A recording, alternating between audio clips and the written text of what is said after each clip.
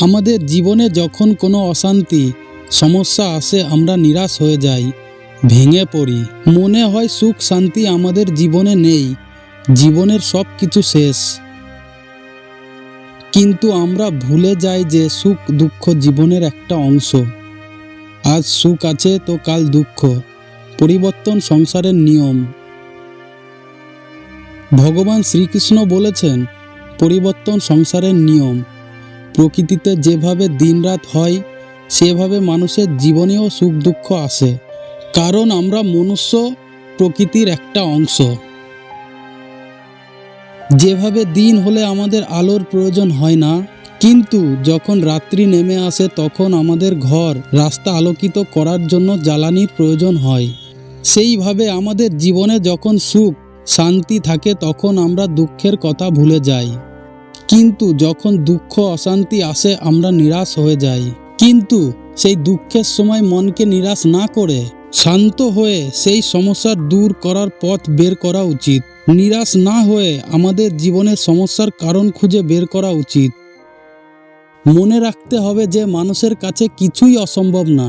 তাহলে বন্ধুরা, একটি সত্য ঘটনার উপরে গল্প বলি, শুনুন। একটি গ্রামে তাপস নামে একটি ছেলে থাকত। ছেলেটি পড়াশোনাতে খেলাধুলাতে খুব ভালো ছিল। তার পরিবারে মা বাবা এবং একটি বোন ছিল। এক কথায় বলতে গেলে একটি সুন্দর পরিবার।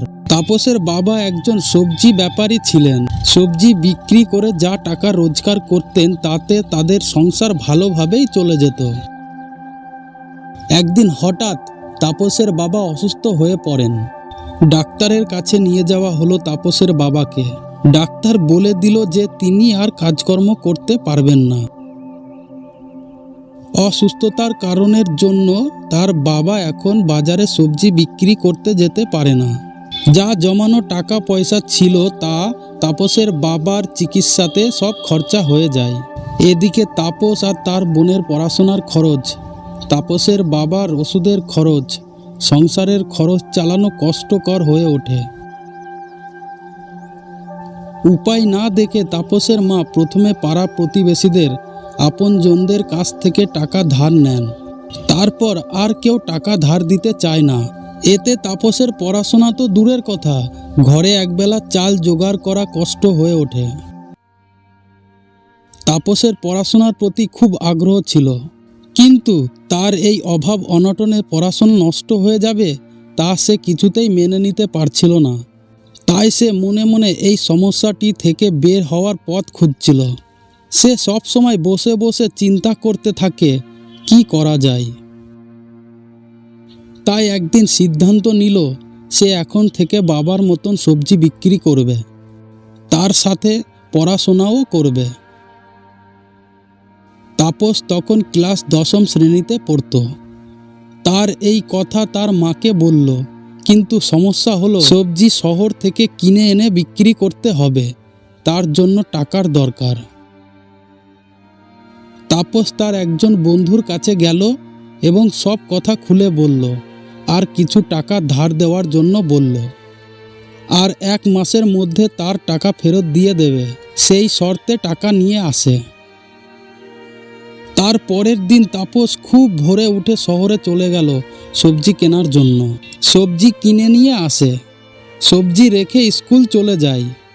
বিকেলে স্কুল থেকে এসে বই রেখে খাওয়া দাওয়া করে বাজারে চলে যায় সবজি বিক্রি করার জন্য। সবজি বিক্রি করে রাত্রিরে ঘরে আসে, খাবার খেয়ে আবার পড়তে বসে।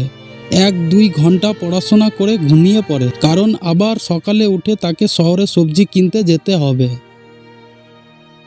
আর এইভাবেই তাপসের দিন চলতে থাকে। ধীরে ধীরে তাপসের ঘরের অভাব দূর হয়ে গেল। তার বোন আবার স্কুল যেতে শুরু করে। তার অসুস্থ বাবার চিকিৎসা ভালোভাবে চলছে। যাদের থেকে টাকা নিয়েছিল সবাইকে দিতে শুরু করলো। তার বন্ধুর টাকাও কথা মতন ফেরত দিয়ে দিল। কয়েক বছর পর তাপস একজন নামি দামি ব্যবসায়ী হয়ে গেল।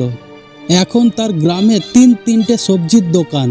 সব দোকানগুলি দেখাশোনা করার জন্য লোক রেখেছে, আর এর সাথে সাথে গ্র্যাজুয়েশনও কমপ্লিট করেছে।